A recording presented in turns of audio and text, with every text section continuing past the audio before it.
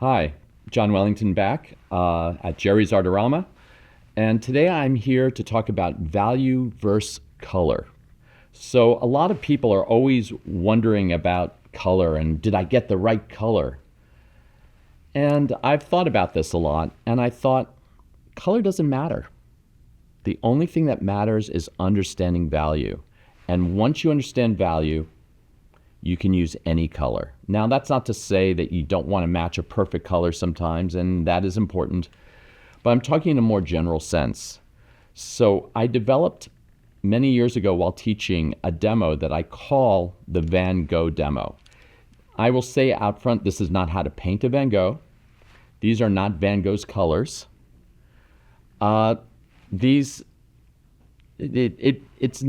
It's Van Gogh inspired. It's a pastiche. It's an ode to Van Gogh, and it's also an excuse for me to play with colors. So you know when you go, like I'm using Tusc Pine. So you go and you look at a bunch of Tusc Pine. You look at 96 colors on the wall. And you go, okay, well, I need burnt umber. I need ultramarine blue. Okay, I'm going to splurge on the cadmium colors. I'll put cadmium red and orange and yellow. And I'll get viridian or cadmium green. And there are all these other gorgeous colors.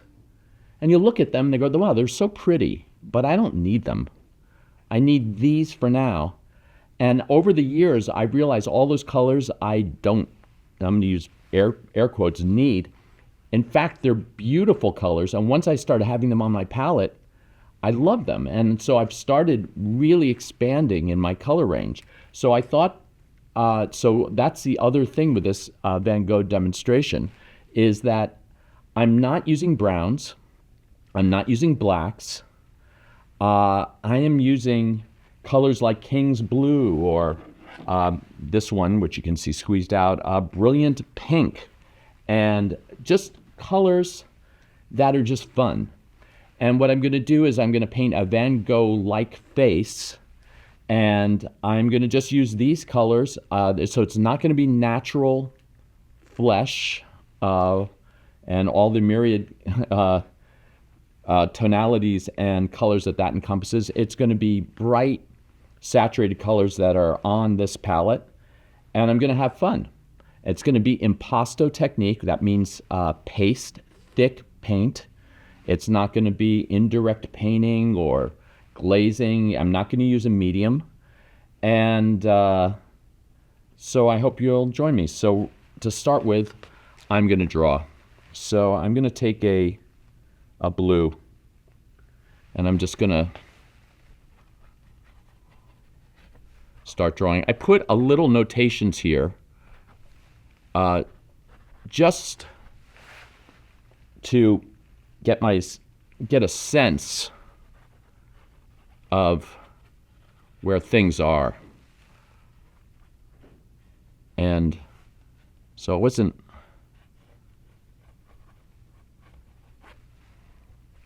let's see, what do I want for color and eye? And I have no idea really what colors I'm using. You'll see me cross-mixing, but kind of almost accidentally. I'll start to use more brushes.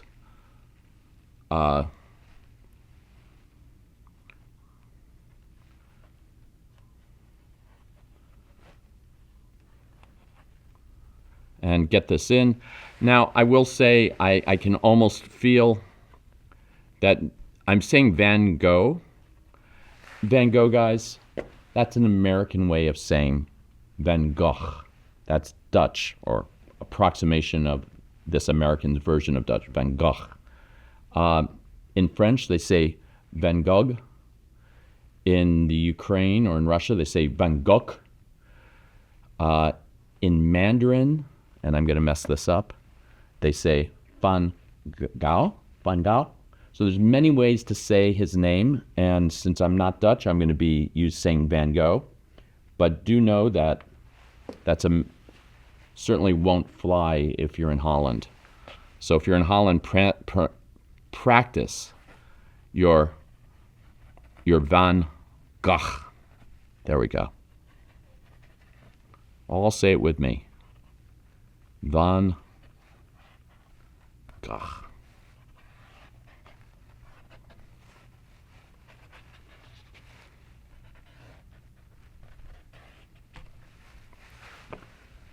So we'll have a list of all of these colors, but right now I'm just in the drawing part. I think Van Gogh's eyes were green. There's a list of his colors, and I don't think I'm using any of them. His blue that he used was Prussian. He used a couple of blues, but Prussian. I think he did use bismuth yellow.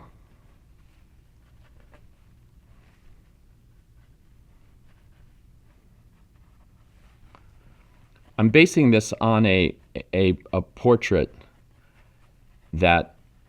a self-portrait that Van Gogh did, but actually I'm going to change the lighting. I'm going to have it lit from the other side just to change it up, because his portrait that I'm basing it on is more natural than what I have.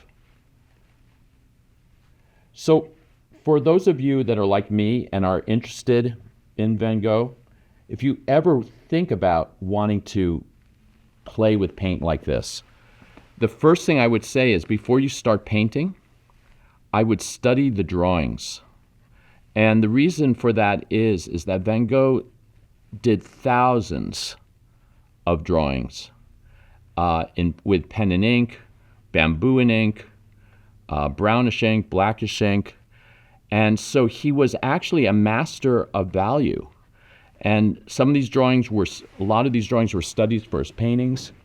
Some of the drawings were drawings he would send in letters to his brother Theo to show him what he was working on. And if you ever look at the drawings next to the paintings, which I had the pleasure of doing at a show at the Metropolitan Museum of Art 35 years ago, something like that. Maybe longer, maybe almost 40 years ago. There was a show of his drawings, and they had the paintings, and you'd look at his pen marks, and his pen marks and his brush marks were very, very similar. So this is what made me think about value versus color, is that because he understood value so well, and his hatch marks were so distinct, he actually transferred that knowledge to his colored work. And so the paintings he did in Arles or in Auvers-sur-Oise, they're very, you can really see the map. He wasn't, he's always depicted in the movies as pulling his hair out and eating the paint on his brushes and being a mad person. And, Van Gogh had some issues, but he was actually a very lucid artist in many ways. And especially when you see his drawings, when you read his writing, very poetic, very sensitive. And I think that that's the part that sometimes they miss out on him. He was a very, very clear-thinking person. And so what sometimes seems like, when they marketed him, when his sister-in-law, who loved him deeply, when they marketed Van Gogh, they didn't know how to get people to like his paintings. It took many, many years. And his sister-in-law, who loved him and loved his work, she was convinced to market him by the work of a madman, to explain paintings like Starry Night, to explain the last few years of his life, and also his tragic death. And so that's the side that we always think about Van Gogh, the crazy artist. But when I think of him, it's not the side I see. The side I see is a thoughtful, sensitive man who took colored yarn with him to experiment with color play, who did very careful drawings. In fact, most of his landscapes, he had a grid. He built a wood grid with thread so that he could see the composition and the perspective lines and compose these gorgeous compositions. So this is not the work of somebody who's not thoughtful. This is the work of someone who's methodical. And I feel that part is always missing in the story. Or I shouldn't say always, but often missing in the story, because it's not as dramatic. And so that's what I'm hoping here to bring. So right now, I'm doing hatch marks, and I'm just going to And I'm using a blue that is gorgeous. This is right out of the tube. What's it called? Cobalt Caribbean, or Caribbean, depending on your choice of pronunciation for that. You know, I'll end up, this won't be a painting demo, will it? It's just going to be a video about the pronunciation of words. So let's try this blue. I'm just going blue right now. It's going to be a lot of buildup. Now, I'm probably going to actually build up more color than Van Gogh at some point. Did, especially on the painting that I'm inspired by, which is actually one of the more natural paint colored paintings. Let's try. Let's see. Pink. Boy, this pink. This is called, yeah, I said brilliant pink. What a beautiful color. So these are all the Tusc Pine colors. Again, there's 96 colors available. There's going to be another 48. I have pre-mixed some light colors here on the palette. And the next group of paints that are going to come out for Tusc Pine are going to be grays. And then these very, very bright colors. Brighter than these, in fact, because when you mix, this is very interesting. When you mix a bright color with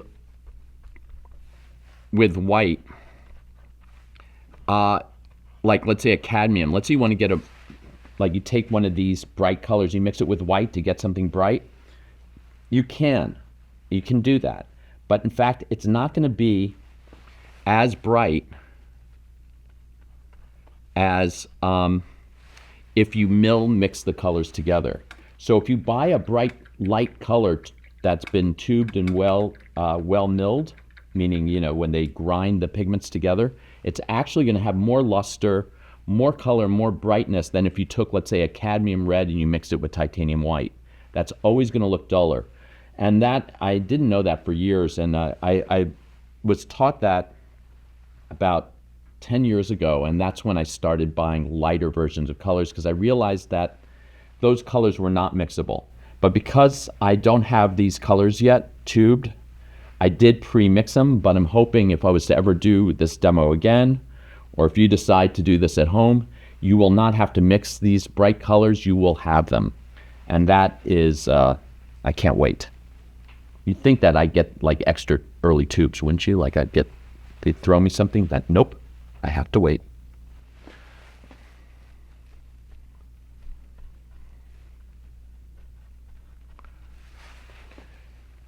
So how I'm thinking about my color now as I'm applying is I'm thinking only in terms of value. This yellow is light. This blue is dark. What we're going to do is, as I put colors down, at times we're going to desaturate. We're going to take out all the color, and if this looks at all right at the end, what we'll see is that we're going to just see values. It'll look like a grisaille, an impasto grisaille. That's if I pull this off. And that if is the story of my art life. Everything in my art life is an if. It's never when. So, but as you know, it's just paint. So I will just keep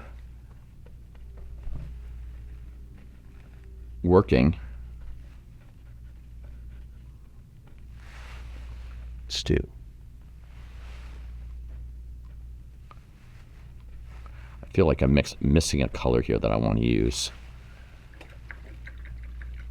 And what I want to use are greens. Guys, for anyone who's seen a video of mine, you know that I came up with a green along with, when I say I came up, it's taking way too much credit. I worked with William and Michael, two great color makers, to come up with the Wellington Van Noir. So I'm going to use it right now, right here.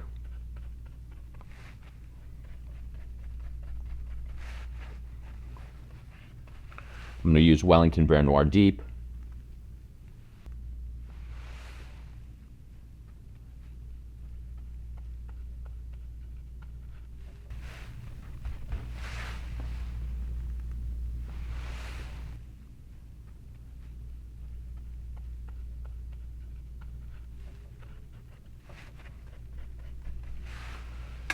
I'm going to go in with this very bright color, which is, the Cinnabar. Cinnabar green, gorgeous. We'll have a listing and photo of all these colors. And I just hope that, like, when you're buying paints, no matter what company, I mean, for me it's Tusc Pine, but whatever company, that when you see all those great colors, sometimes think about, like,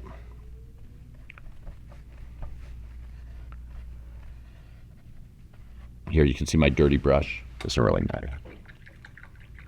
I'm using a Tusc Pine solvent here, odorless.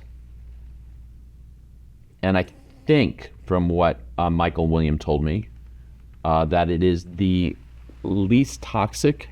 They explain why, and I've forgotten, but it might be the least toxic solvent, mineral spirits on the commercial art market. That will have to be fact checked, but I think they're very thrilled with that product, and they sent me some in New York. Oh, by the way, some of you in comments had mentioned that there were trees in New York. And so when I would left my apartment and to go down to my studio, I looked around, and you guys were right. There were so many trees, and there's this park called Central Park. It's awesome. So thank you for that. I appreciate it. It's made me see New York City a whole different way now.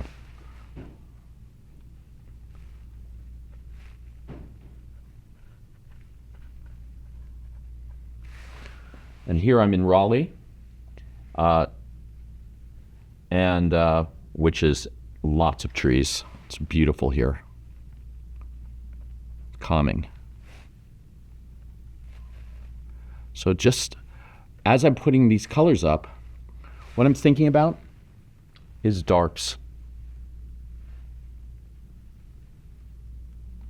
Actually, this I think is magenta. It's either magenta or alizarin crimson.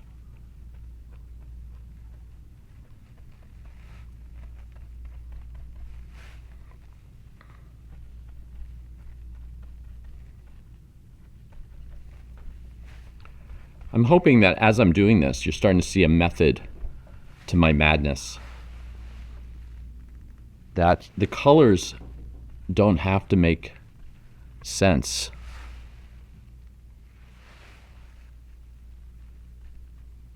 The values do.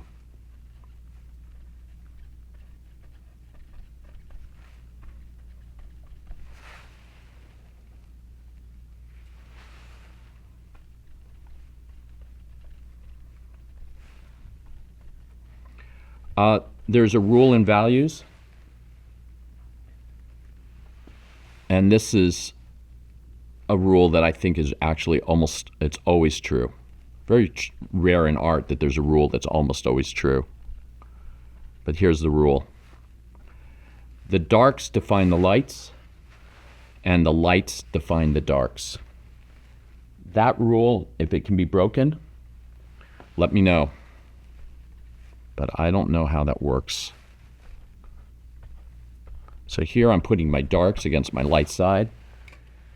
So when I say darks define the lights and lights define the darks, and I'm talking about value, what I'm talking about is how light and how dark something is. So for example, I'm just going to break away from Van Gogh for one moment. I'm just going to take this color right here, which is that brilliant pink mixed down with white, and I'm just going to put that right here.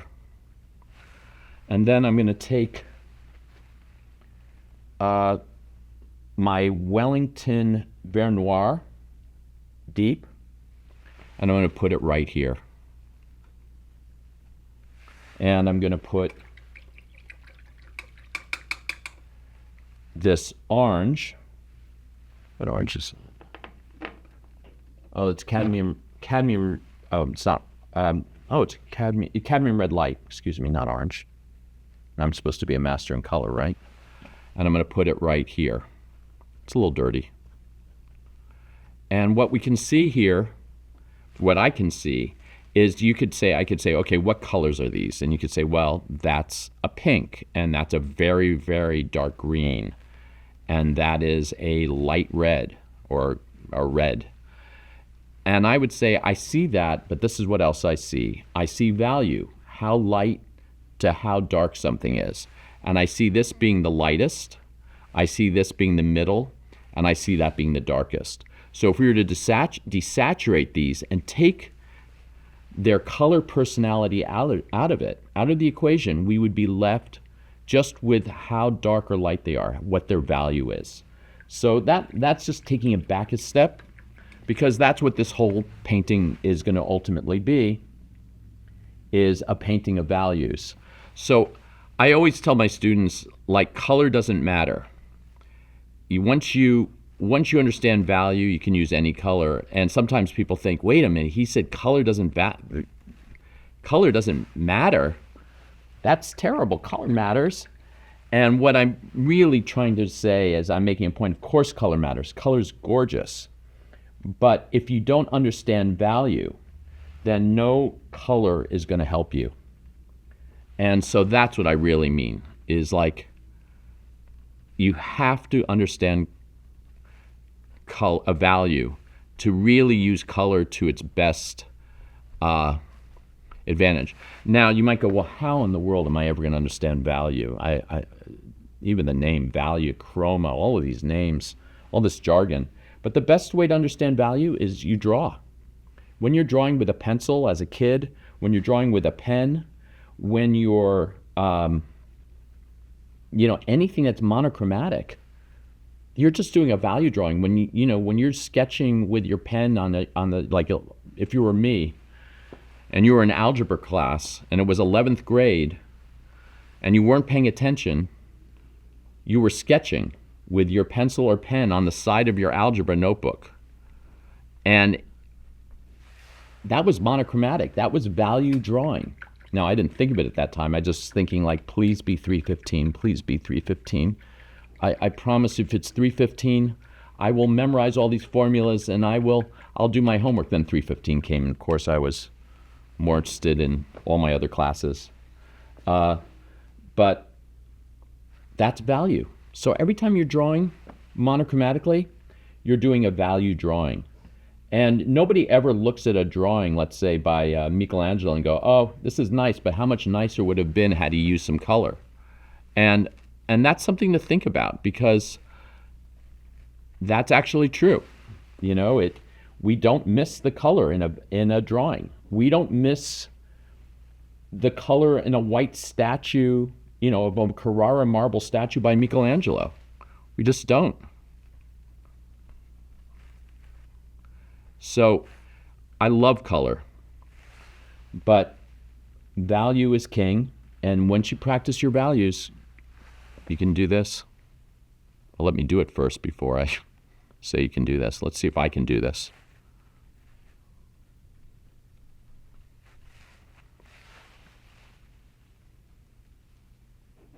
I am doing some cross mixing. Why not?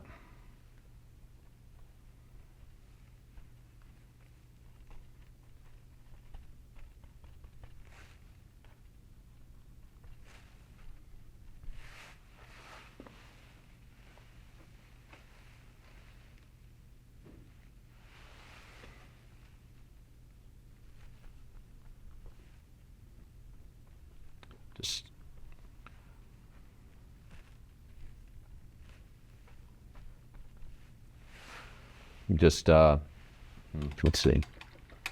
So I will say one thing about Van Gogh. I'm using probably sometimes bigger brushes than him, sometimes smaller, but sometimes he was very detailed, and I'm not being as detailed as him. Just putting on paint. Also, no medium. And I have to be very careful not to overwork my paint. Otherwise, too many strokes, and I pick up the paint underneath, like here, and I get muddy. So it's really like almost one stroke just to lay it down. Although here I'm doing 3 strokes. So you might ask the question of, what's the best paint to do a Van Gogh demo? Is it, what brand? And I say whether it's Tusc Pine or whether it's some other brand, I would say, for me, it was always my student's brand, because this was a lot of paint. And I like to do these demos with my students' paint. That is a joke. Dad joke. No, it's great. But I usually, for those of you who know my work, I don't put out my paints like this. I put out small quantities of paint, and I add. So being able to actually paint like this is like a great pleasure for me. Here, I'm just building up my lights. I'm using this green. This is that Cinnabar green with white. Again, there are colors like this that will be available. So you won't even have to mix with white. You'll get more vivid.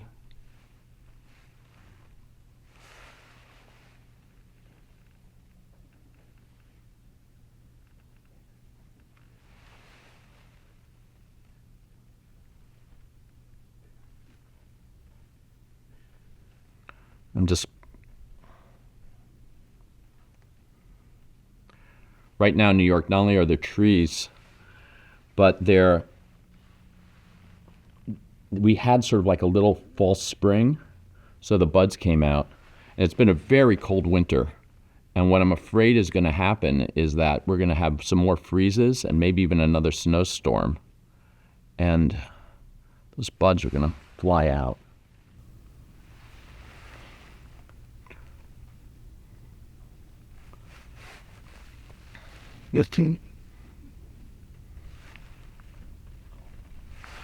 Okay. Get some clean brushes. I'm guilty of not always cleaning my brushes enough. And so I'm bringing one color into another. This is like mixing your peanut butter and your chocolate, for all the Reese's fans out there like me. So I'm looking at my Van Gogh, and I'm just trying to always think, what do I do next? There's some colors here that I put down early that I'm not loving. And just because I'm going to make them muddy, and I have these colors for where I wanted to just give a demo of value. So I'm going to actually just take a palette knife, and I'm just going to quickly scrape them off. And this is just something you can do. And it's not like you have to scrape it away till it reveals canvas. I'm going to do the same thing here. Just take off the impasto so I can work on top of it. That green will still come through, but this way I'm not having to paint on top of the thick green for now. So if I want to, let's say, get this blue. There we go.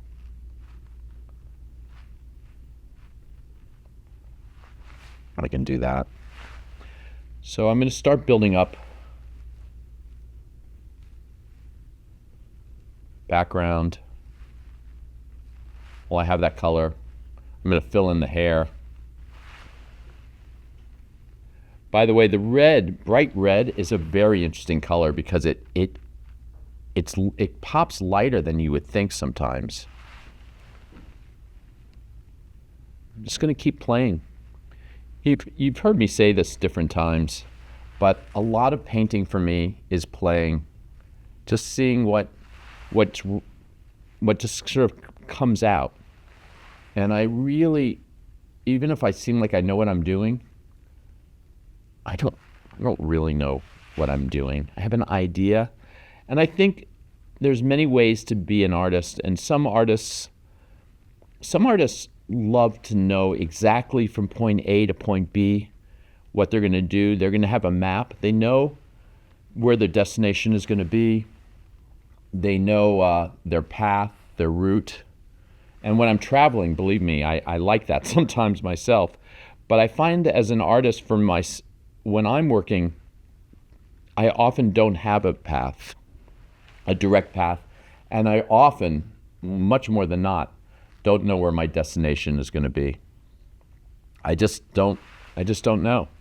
And there is no right or wrong way, right? So if you're the type of person that needs to know from point A to point B to point C to point D how to do something, and that's, following a recipe, to make a dish, and that's the way you have to cook and the way you love to cook, that's great. And if you're the type of person who's sometimes it's 2 pinches of salt and 1 pinch of salt, that's great too. And I think that that's one of the things to understand. It's sort of never one way or the other. It's just finding out who you are and working with it. So for me, I like to never be bored as an artist. And so for that, I sort of have to not know what the answer is.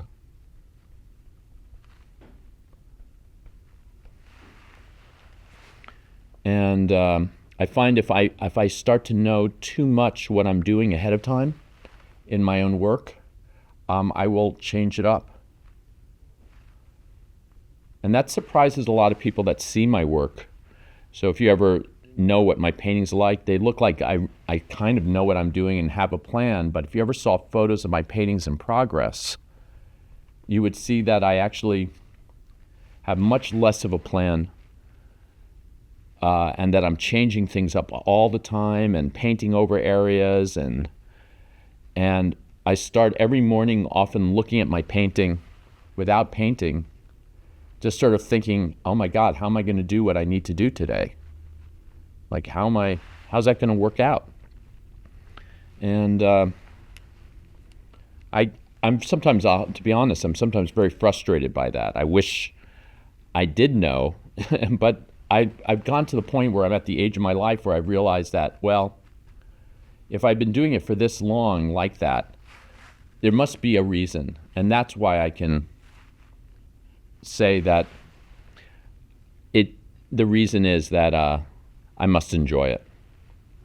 So I think that one of the things about being an artist is sort of getting to know what your personality is. And sometimes people will tell you, well, you're doing it the wrong way, or you're doing it this way, or you should be more spontaneous, or you should be less spontaneous, or you should, whatever it is that they're telling you. There's always a point to be made when people are telling you something, so I'm not saying don't listen, but I am also saying just remember that they're telling you based on who they are and what feels comfortable for who they are and what works for them. So if you have an art teacher that says, don't do this or do that, or, they're right, but they're especially right for who they are. And they might be right for you, or part of what they're saying is right for you, but always remember that you are your own equation in the world of creating. And that means that if you are like, someone says, oh, you're doing hyper detailed work, and someone says, you're too light, you should loosen up. Maybe, but maybe that's who you are, that you want to do these very precise works. Or maybe you're very loose and open in your work and not very specific, and someone says you should have more control. Maybe, but also maybe not. And this is the thing, this is all just taste, as I've talked about. And in taste, there is that's all it is. And it's such an important part of being an artist. And people are always saying, oh, I have to find my own style. I have to find who am I as an artist, as I'm painting Van Gogh. Who am I? But one of the things is just by painting and creating, you find out who you are. You find out who you are by what you like to look at, how your hand moves. And sometimes you find out who you are even against different artists that you love. Like I really love the work of Vincent, and I love the work of Jean-Michel Basquiat, and I love the work of de Kooning, but I don't paint like them. And so, I paint in a different way, but I still admire the way they paint. I love the way they paint. Matter of fact, it brings me back to this demo, is doing something that, although it doesn't look like a Van Gogh, I know this doesn't look like a Van Gogh, but it allows me to at least play with the paint in a way that I don't paint with on my own work.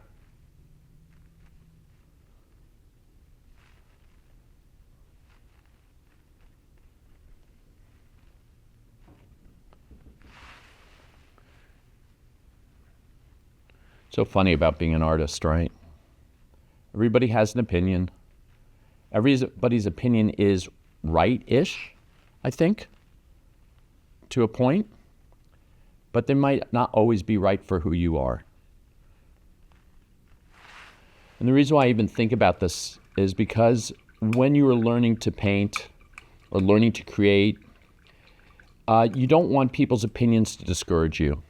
You really want to always be around people that encourage you to create, to encourage you to be expansive, encourage you to make mistakes, to fail, to have your successes.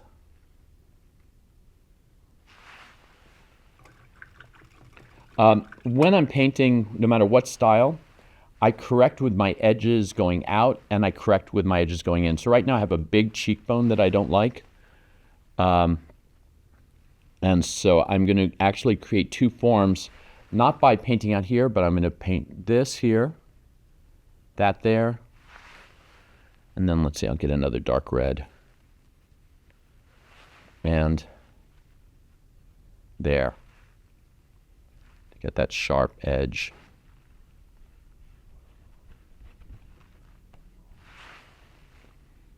Love having all these paints out.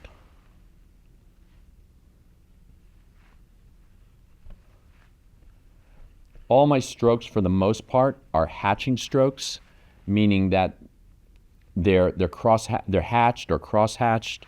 A hatch stroke is this. That's a hatch stroke. And a cross-hatch stroke is this, crossing the hatch mark. And I'm doing a little bit of curve, movement.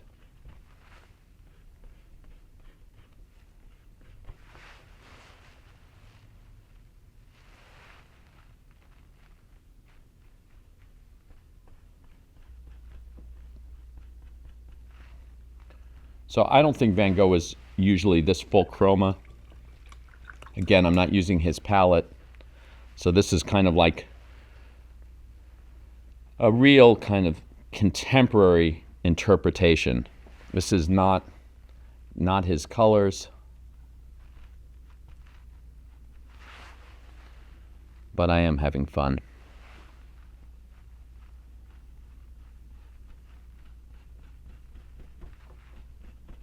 There you can really see hatch.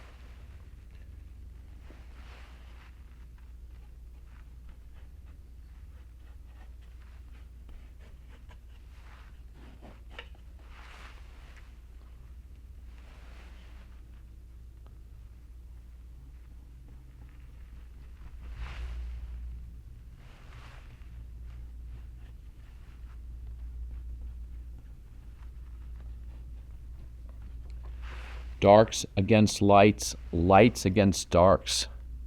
That's how you create depth.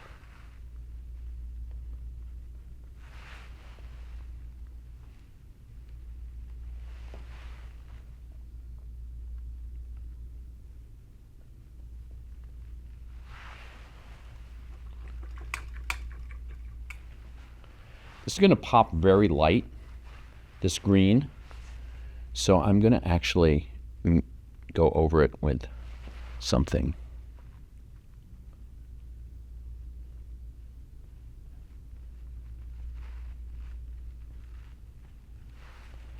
It's funny, if you ever go online to look at Van Gogh paintings and you do something, it's called Giga Resolution. It was a Google art project from about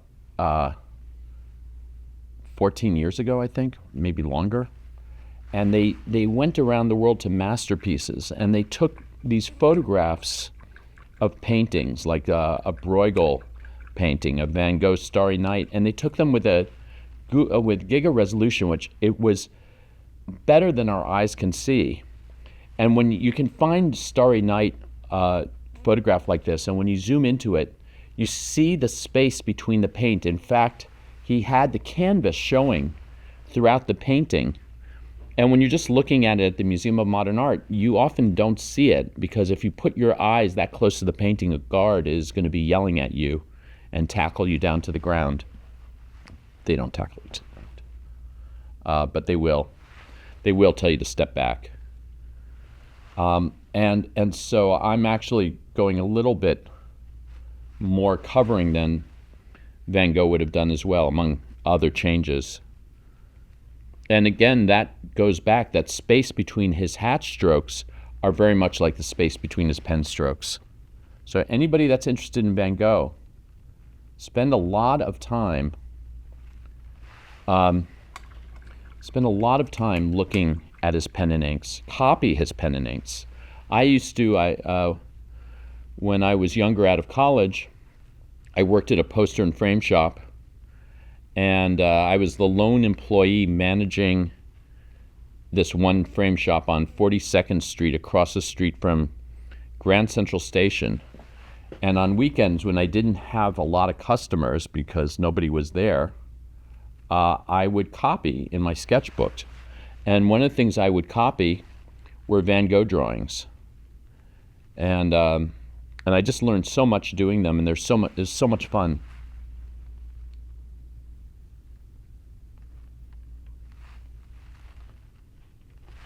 You know, you get one color up and go, oh, why don't I use it here?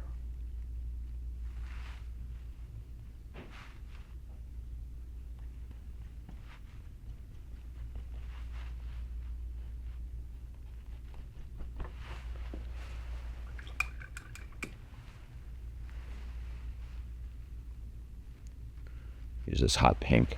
Oh, this is beautiful.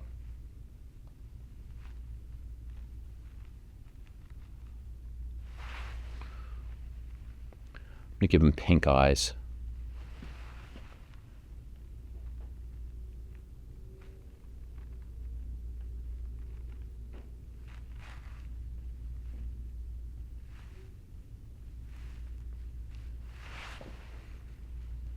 This is that brilliant pink just taken down with the white.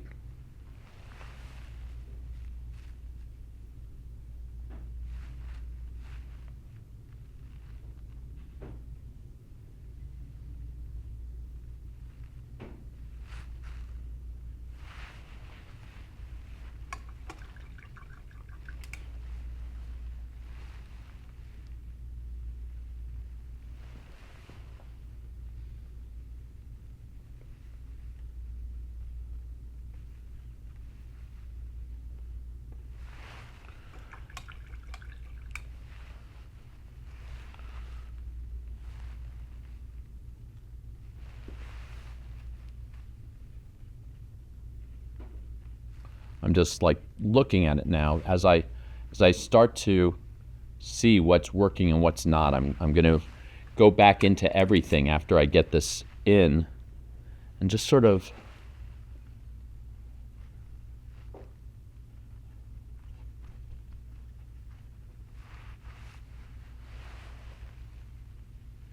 see what I can tweak. I still haven't adjusted the ear yet, so I'll have to do that.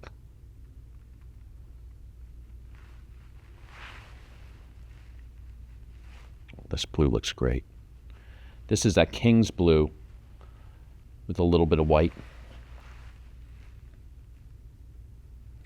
Again, these are all the colors that you see that, well, I can't speak for you, but for me, that I see and sometimes don't buy because I'm thinking old master. I'm thinking often the way I paint, where I'm using burnt siennas and raw siennas and black, white, ultramarine blues, viridians, vermilion or cadmium red, terra rosa earth reds, you know, more limited palettes that every now and then I go out to cadmiums, and that's wonderful, you know, and I have a paint set that celebrates that, but it's not the full story.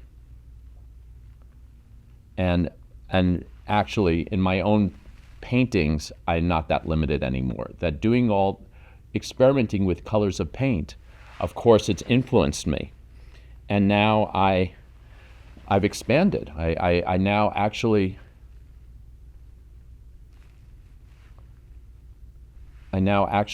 use all these different colors that I wouldn't have. Trying to get something even lighter. Right? It's all about value.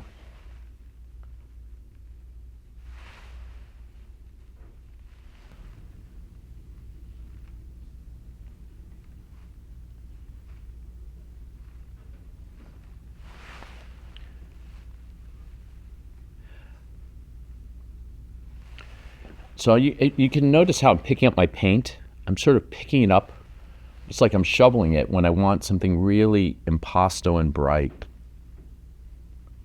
There we go. And I see my transitions here aren't very good. I'm going to want this turning, and right now it doesn't turn, but I'll get to that. I'm not going to stress over it right now. Well, maybe I will stress over it right now. I just want to take care of it right now. There it is. I unfortunately like to stress over painting when I'm not relaxed over painting, and I go back and forth throughout the day.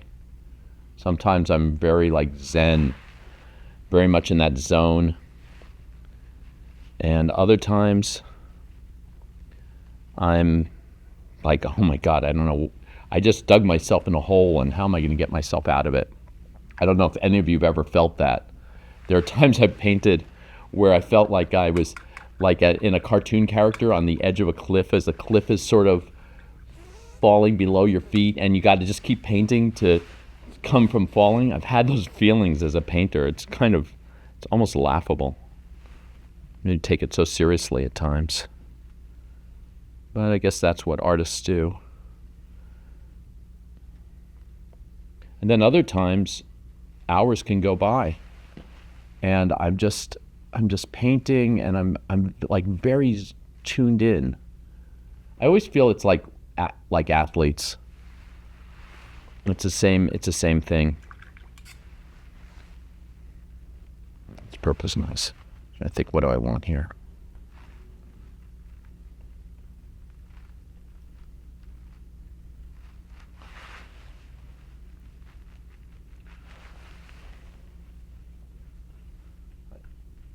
I think in another video I once talked about being married to a brush. Sometimes I get married to a color too, and I have to look down and go, oh right, I have this beautiful color I haven't even used.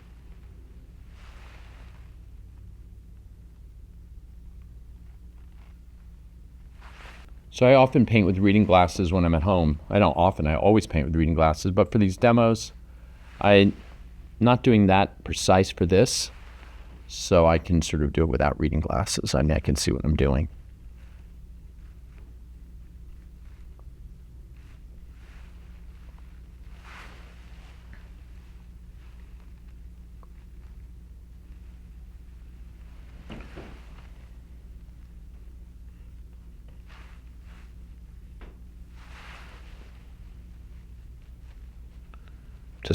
I'm not really cleaning my brush right now. I'm cross-mixing, just because I'm later in the painting. This red is very strong. I'm just going to take it off.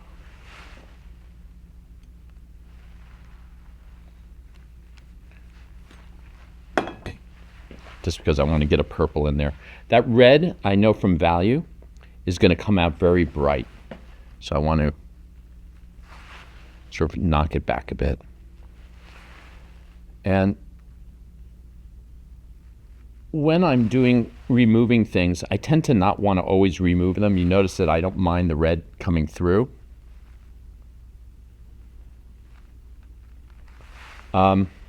Because it's part of the history, and I think it'll do something nice in there.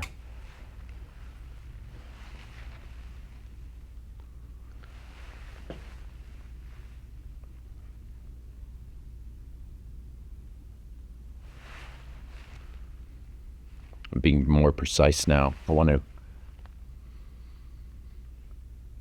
get that nose. Get something underneath that looks light.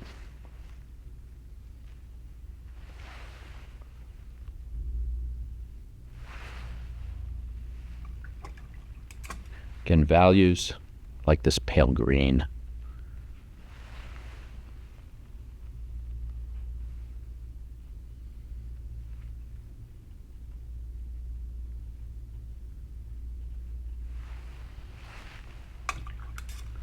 See how that green looks right over here?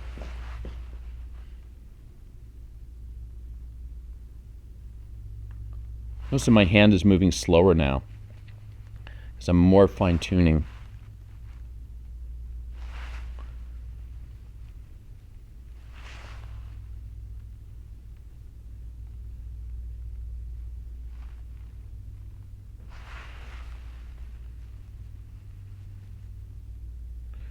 If you don't want to use so much paint, there are some great thickening mediums to use. So we have a medium that I think we'll link to. I did not use it in this. I actually just squeezed out the paints. But sometimes what I'll do is, if I don't, some of these colors are very expensive, and like if you're using cadmiums are costly colors, and so I will use a thickening medium that will keep the impasto, right, the paste feel, but it's a lot less expensive than putting out like a half tube of cadmium red. So there's a great medium that Jerry's Artarama sells called Schmaltz, and that is that will thicken up your paint. So there's a way to do this demo without using, or paint this way without having to use like, a quarter tube of your paint. So if you're doing this at home, I might, especially for the expensive colors, I would definitely think about using that. It just makes sense to me.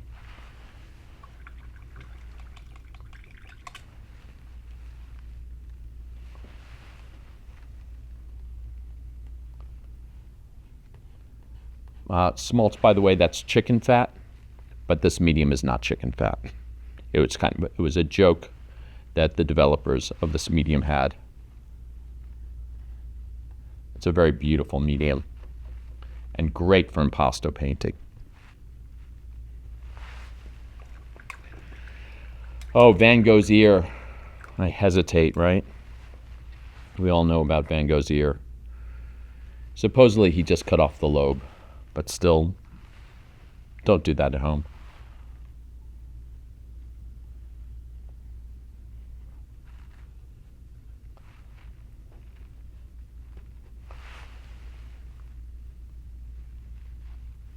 Let's go darker.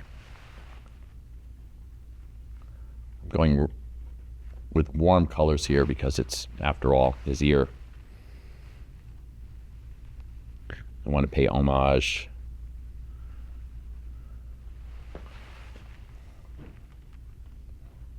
The ear thing happened after Gauguin came to visit him, I think. Could be getting that wrong. If I get that wrong, I'm sure you guys will let me know. I know a little bit about art history, and what I don't know I make sure to make up. Whenever I'm giving students tours at the Met, I'm sure I'm getting half the information I'm telling them wrong. Man-facts, mansplaining, or Wellington-splaining.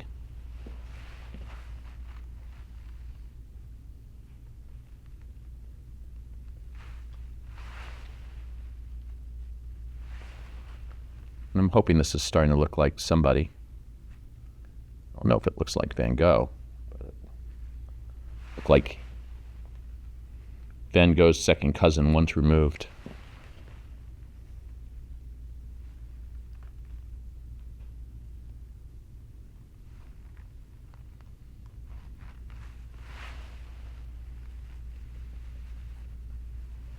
And I'm going to get to the background too.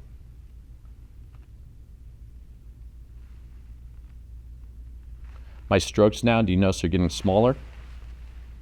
These are like more staccato strokes. So rather than the long stroke, now doing smaller strokes like this. Actually, and if you look at Van Gogh's portraits, you'll see that he used a brush smaller than mine, and the strokes are much smaller in a lot of his portraits. They're very delicate. I'm actually not being as delicate as him.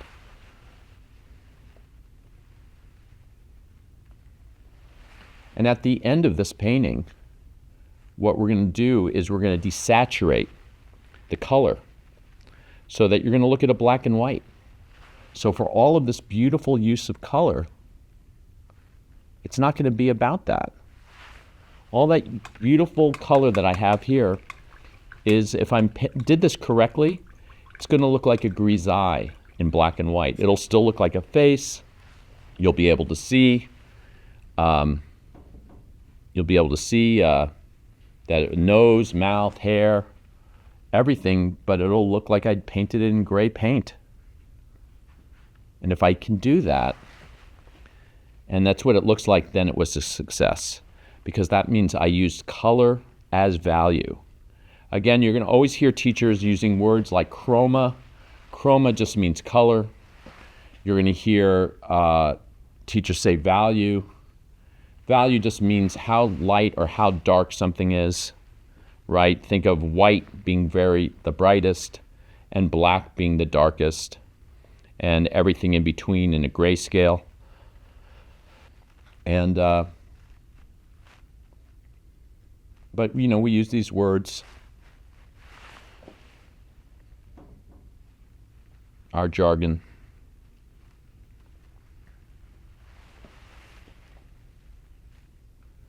Some of you know that I love ice hockey, and I still hear jargon that I have to figure out what it means.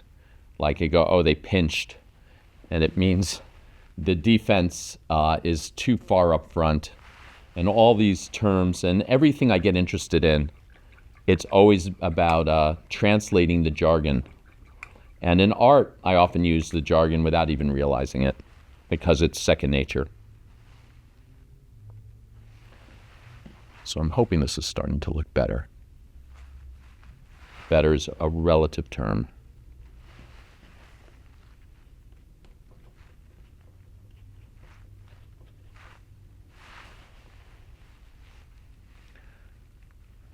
Finding these colors, what do I want to use?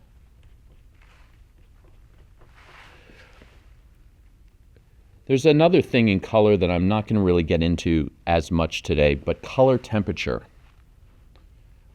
Every color, all colors have a temperature. What does that mean? Hot, cold. So blue, cool. Yellow, red, hot.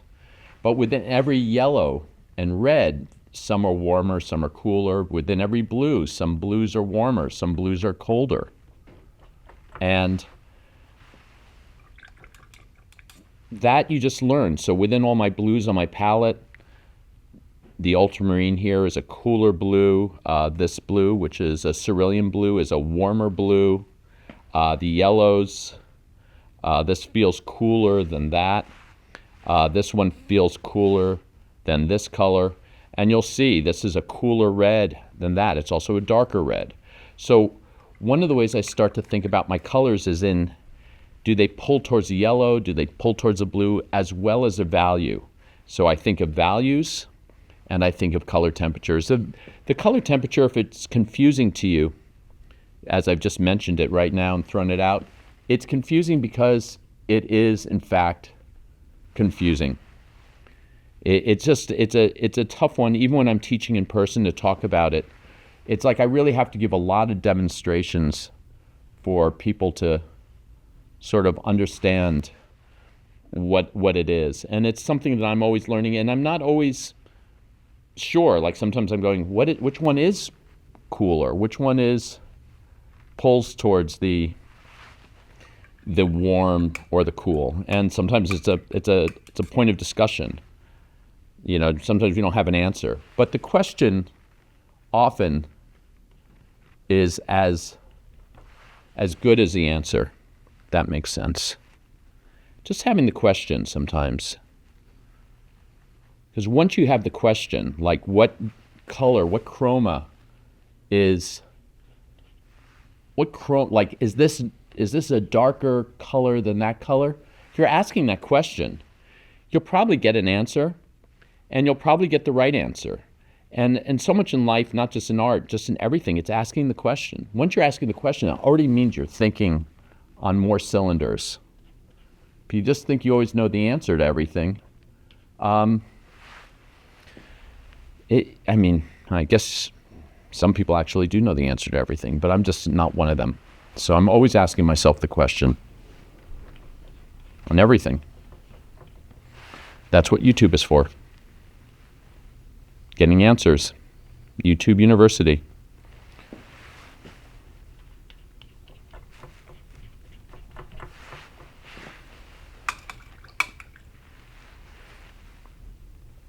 I don't like this shadow area. I'm not sure why. It feels muddy to me. I'm trying to think what will activate this. Yeah, I'm not crazy about that. I'm going to have to address that somehow. I have like all these rules of composition about how to keep the viewer's eye on your painting. It's my number one rule of composition is how to keep the viewer's eye on your painting and not go to the painting next to yours. That's like the number one rule. How can I have you look at my painting? And then there's all these rules I have. So I'm thinking about that right now, like the rule of the dark corners or pointers, using brush strokes, using all these different things so that eventually you're just looking at him. So I'm going a little bit darker here as I go to this corner to sort of keep the energy on Vincent's second cousin once removed.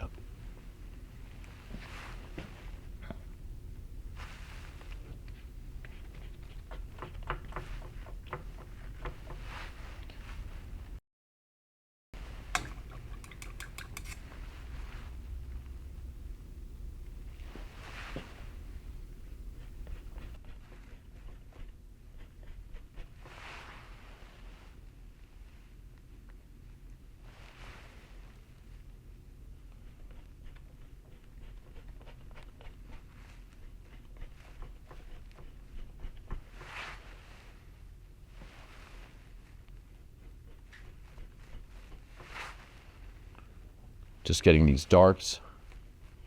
I'm going to go back into the face, but I just wanted to start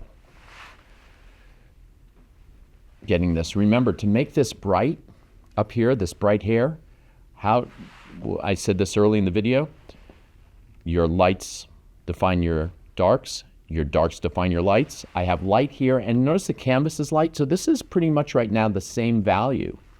So how do I make this brighter? Make this darker.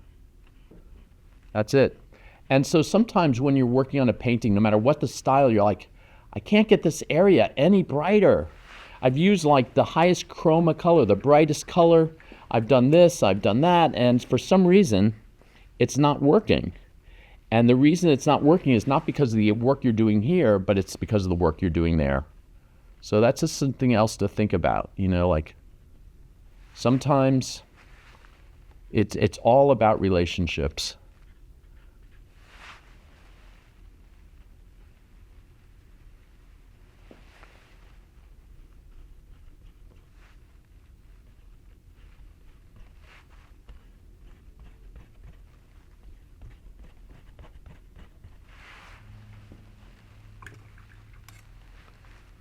See how this is going.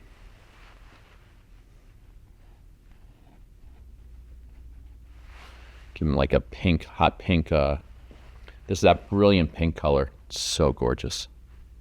That's how I put it down. I think that color, the King's blue. This is the King's blue right here.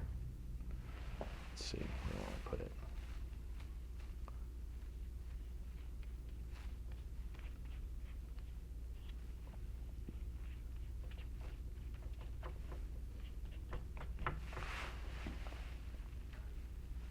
Such beautiful colors. All the colors that, you know, that when we're painting, like, you know, we're thinking we're going to paint like, you know, inspired by Rembrandt or Ingres or Vermeer, you know, we're not necessarily going to pick those up. Although I will tell you, if you're thinking of painting like Ingres, you must have this color.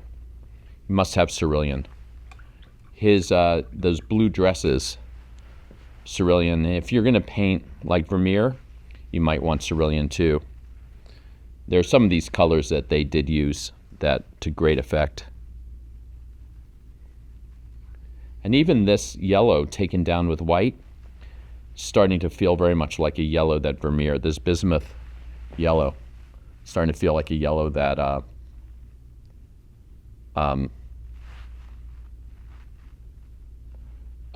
Vermeer used.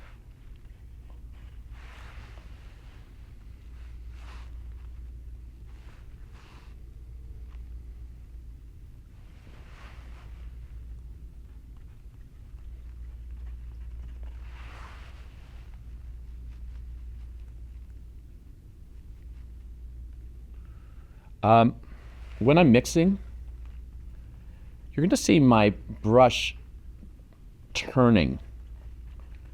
I'm just going to show you. I don't think I've shown this before, but look at how my brush is going. I'm flipping. You look at the label of my brush and look how it's flipping. And so I'm turning it like that, and I'm not mixing like this.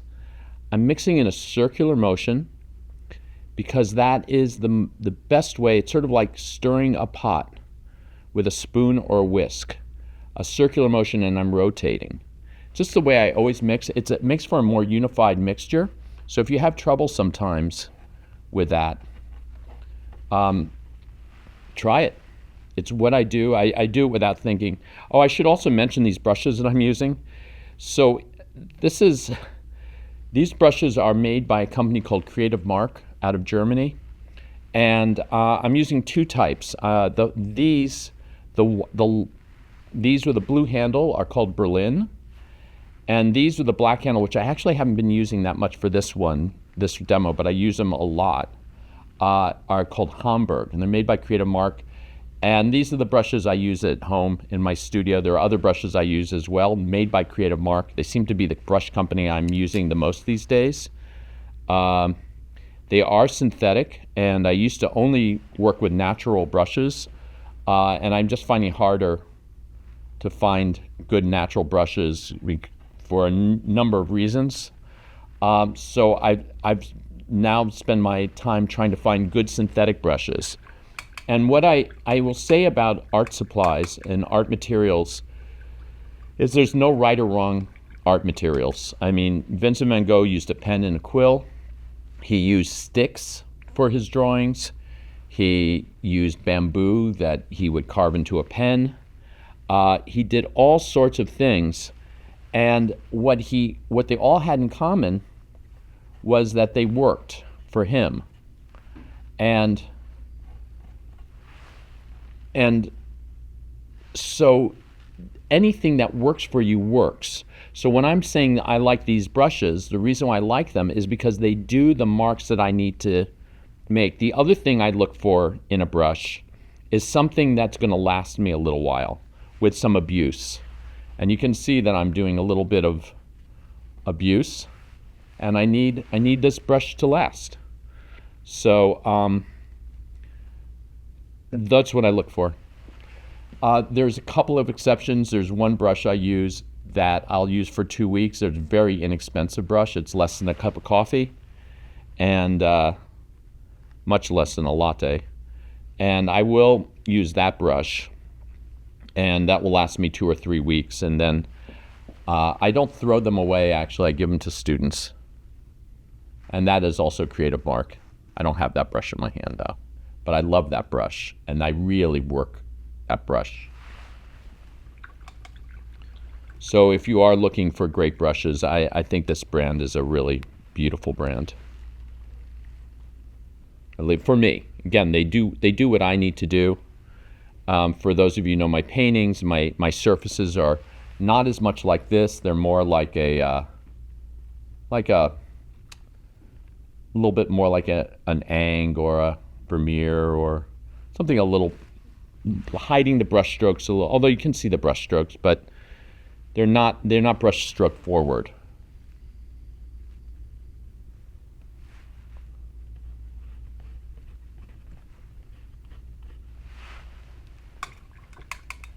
I'm going to have to cover that up. I'm actually going to wipe this one away because I see it being a little too strong.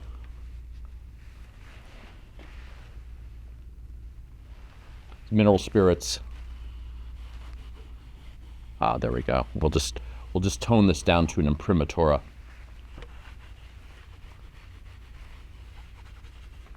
There. Now let's get something strong. Bigger brush.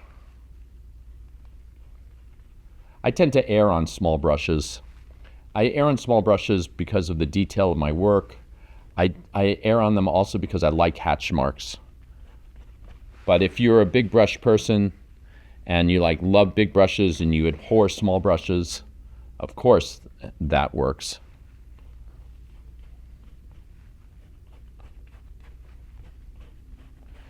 I am paying attention to the direction of my strokes.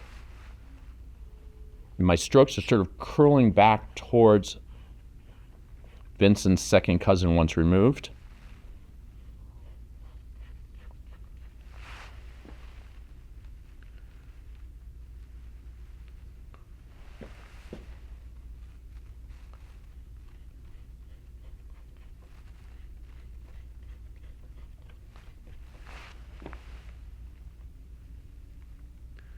His second cousin once removed, his name was also surprisingly Vincent. Vincent Heineken. Yeah, probably not. Just trying to think of a Dutch product.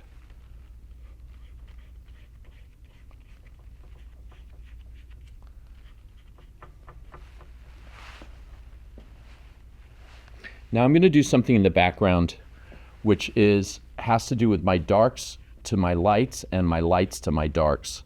So here, next to the lighter side of his hair, I'm going to go darker. But what happens when I go to the dark side of his hair? Did you answer it gets lighter? You're smarter than me. So I'm going to just do that right here. I'm going to just do that. And again, you don't have to do this, but if you look at old master paintings of portraits, you're often going to see that the light side has things darker and the dark side has lighter paint. And they just do it, and they did it over and over because it worked. I'm looking at this, and I'm seeing that there's still a lot to do, but I'm going to take it to a certain point, and then I'm going to stop, because it's a demo. And it's a demo of color and value.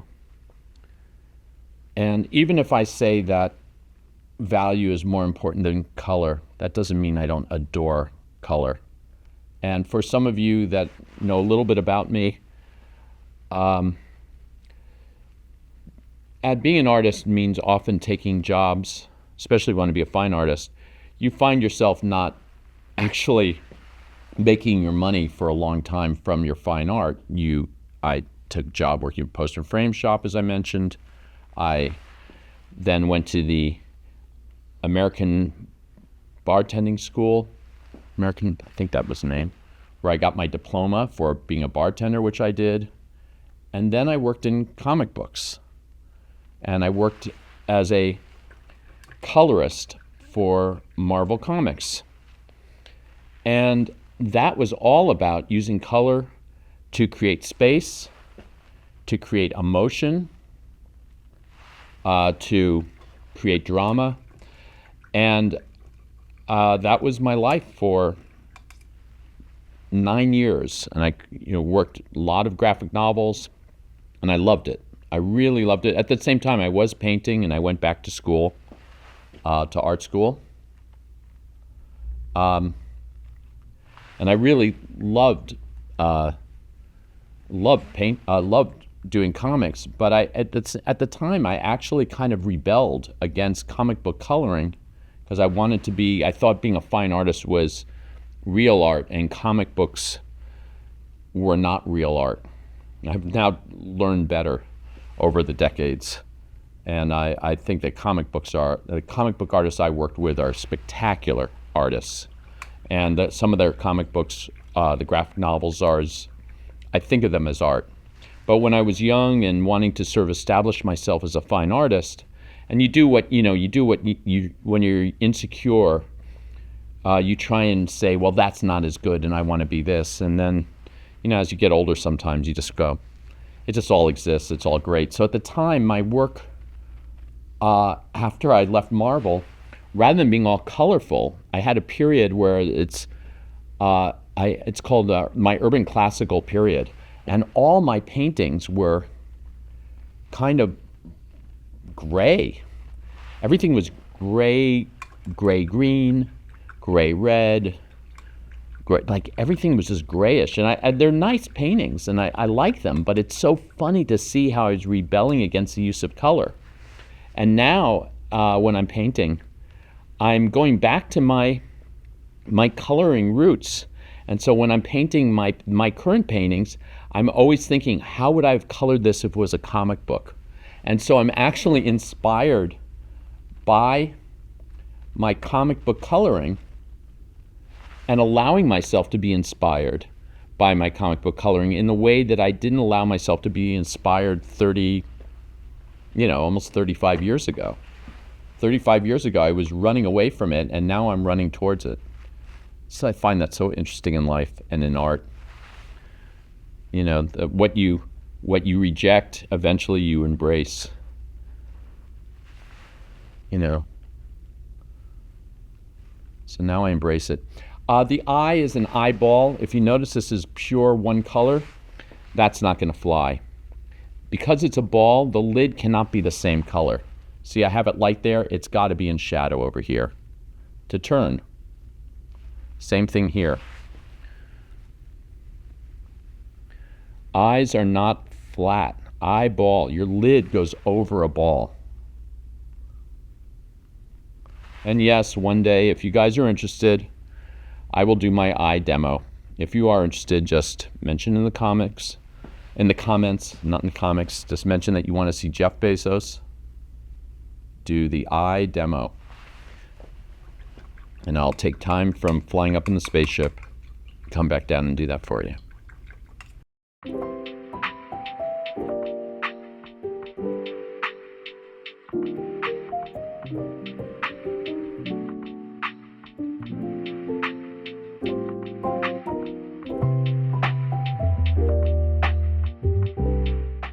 So I hope you've enjoyed this.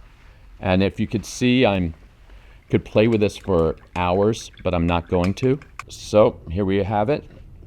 Van Gogh's second cousin, once removed. I've signed it. And looking at the whole painting, it tells one story. You look at it, it looks good. It doesn't look good. It doesn't look at all like a Van Gogh. It looks like Van Gogh with not enough color, too much color, whatever it is. But it tells one story. The other story happens when you start to get closer in, when you start to look at the paint. And really, that is a story where you're seeing the colors playing off each other, the impasto playing off each other, and you start to see warms over cools and cools over warms, and this sort of lush feeling of color, of which, of course, then we're going to eventually desaturate, and you're going to see it as a grisaille or gray, and then hopefully come back into color. But the idea is, by looking even closer, you can start to see all the layering and all the ways you can play with hatch marks. And I hope that you'll come join me in my next videos for you guys from JerrysArtarama and Tusc Pine paints. So, and the lovely Creative Mark brushes. So guys, thank you, and I will see you next time. Bye.